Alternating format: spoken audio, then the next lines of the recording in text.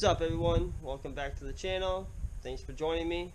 It's a beautiful day, and as you see from the title, I blew a shock absorber. Passenger side one, so today will be how to replace it.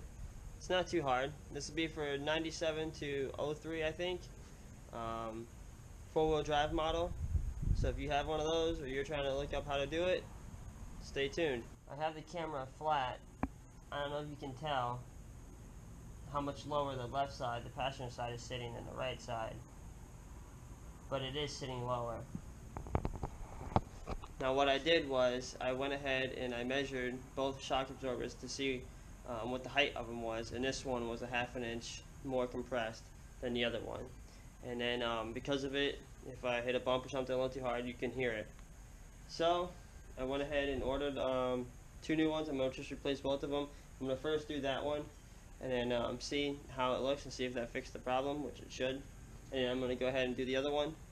I have 3 new tires on the truck. I just have to replace this one, the one that I'm going to do the bad shock absorber on. Once I get that done this week, I'm going to get a new tire for that. So all 4 will be all 4 matching brand new tires. They're nothing too crazy or nice, but they're not too bad. I mean, for what they are, I mean, there's my pinky. It goes in pretty far. They're not bad. 225, 75, 16s. And I think they're like $100 a piece. So, and as you can see, I mean, it's still got little things on there, the little nipples. And they're all the same besides the front passenger ones, the only one I haven't replaced yet. And the reason why I've been placing them is because the other backside, like 6 months ago, I had a blowout because it was dry rotted, and all the tires were dry rotted. And this is the last one that I need to replace, but I gotta get it done. And that's a little bit of reason why the truck's not sitting right, because it has plenty of air in it, but because the tire's so shot, it sits a little funky. But you can see how old and nasty this tire is. I mean, it's still got tread on it, but you can see it's all cracked and dry rotted, and that's how all of them were. So I'm trying to replace them all just so I don't have an accident or something like that. Luckily, when the back one blew out, it was the back one, and I was doing like maybe 30 miles an hour, so it wasn't too bad. But we're getting there. These are the 2 shock absorbers I got. Thank you, Amazon. I'll put a link in the description below of the ones that I got. They're the Monroe, good brand. I'll pull this out real quick just to show you what we're working with. And they're blue, so that's pretty cool. I was gonna get some red, white ones from a different company, but they're like twice the amount of money for each one, so forget it. This is the bottom, and then that's the top, and the hardware's in here. So we'll get to it. I'm just gonna go ahead, jack up the truck, take the tire off and stuff like that. You don't need to watch me do that. Come on, that's simple stuff. And then once I get to the nuts and bolts of everything, I'll pick the camera back up again. Okay, here's a shock absorber that I am replacing right here. The top is 18mm, the bottom is 18mm. You got to use a wrench because obviously the space is limited. And then use whatever you want, like, because these are ratchet wrenches. I could use this up here, but I didn't have another 18, obviously. So I'm using my ratchet and socket deep weld because it's a big long bolt. I already started loosening it up. I have this sitting right here because it is hitting the upper control arm, and that's holding it in place so it's not spinning, because it will spin on you. And then in the bottom down here, this is 18mm on the outside, and then the inside is a 13, and I have the 13 sitting there against the lower control arm back there, if you can see it. And that way, when I turn this, that's not spinning neither. And you can see this is pushed out quite a bit, quite significantly. Whoever put this on or whatever, over time it got wore out a lot, because when you put the new one on, you want it to be about flush with this metal washer, or maybe just a little bit bigger, but that is a lot bigger. You can see how much squished out that is. That is just crazy. So I'm gonna go ahead, get this whole assembly out. I'm gonna take out the top first and then take out the bottom, but both of them are already loosened up. Okay, got this top one all the way loosened up. There's a top bolt with the metal washer piece. And here's that rubber O-ring that is all worked over. Garbage.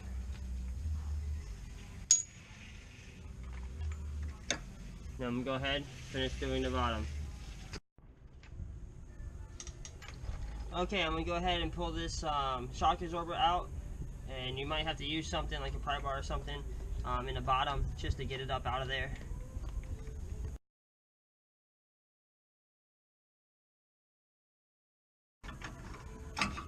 There you go, just work it out, and it's all the way out. And just remember how everything went when you took it off, because the new one, with the new assembly, you're going to put it all back together the same exact way. And you're going to go ahead and put the top on first. I'm going to go get a towel and stuff to wipe everything up and make sure it's a clean surface. Get this all together, and then we'll put it back in, the new one. Okay, this was the first package that I opened up to replace this side. And I thought you had to split these apart. I've seen somewhere that you did. But this kit you come with two. This one has two of them, obviously. This one only came with one. So I'm going to use this one and put it together and try to get a hold of them to get another one of those. At least I want to get this bad side done.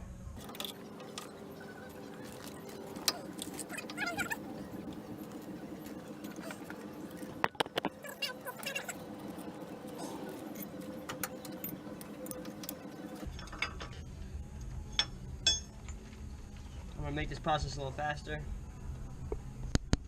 Okay, I was able just to pick it up and compress it a little bit.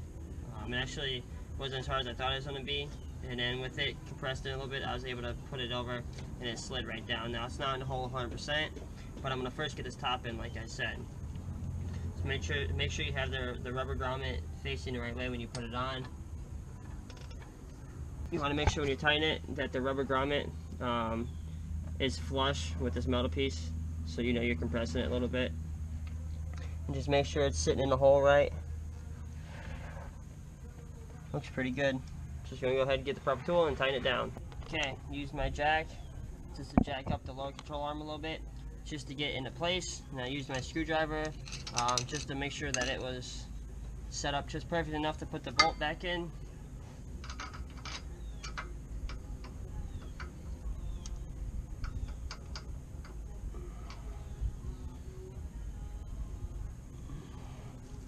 Just needs to be raised up a hair more.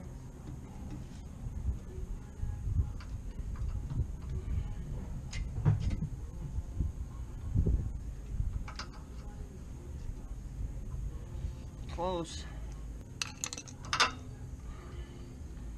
There she goes.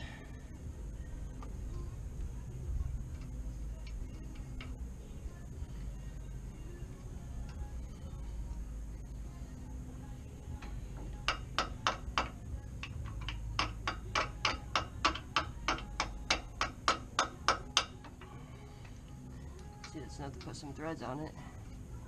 It is, so I'm gonna go ahead and tighten it up. Alright, now I got it all back on. I just lowered it back down so it's not on the jack no more. Tighten this one up down here. And this one was already tightened, and you can see how it's smushed out a little bit. It's a little much, but it'll work. It's good. It's out a little bit. But it wasn't as bad as the last one that I took off, so. Now I'm gonna put the tire on and everything and see how the truck sits. Got it all done. Nice new blue shock sitting in there. Now I can go get that tire replaced sometime next week. I'll put the camera down at level in front of it again. I don't know if you can tell or not, but it is back level again. It's sitting straight. So that's beautiful. That's perfect. Just what I want.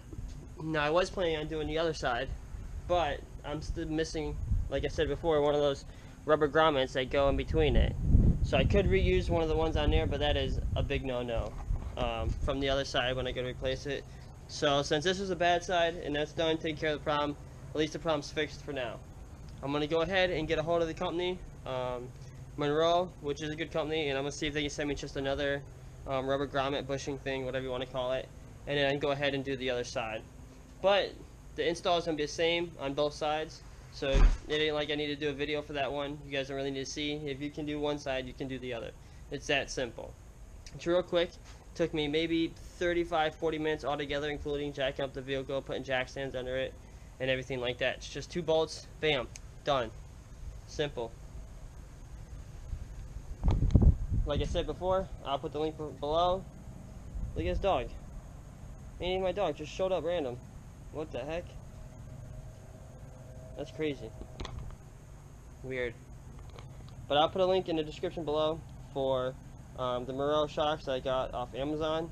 I think they're right around 30, just under 30 bucks, maybe 27 a piece. What's this dog doing? Get! Go home. Get! Go, go, go, get! I'm gonna get my dog out. He ain't much bigger than you, but he's bigger than you. Go! What the hell? Pretty simple. I'm gonna go ahead and I want to do another video maybe today or tomorrow that I'll post down the road after I post this one. And then I just ordered a new piece for the Mustang that I've been needing for the fuel rail. I'll show you what I'm talking about.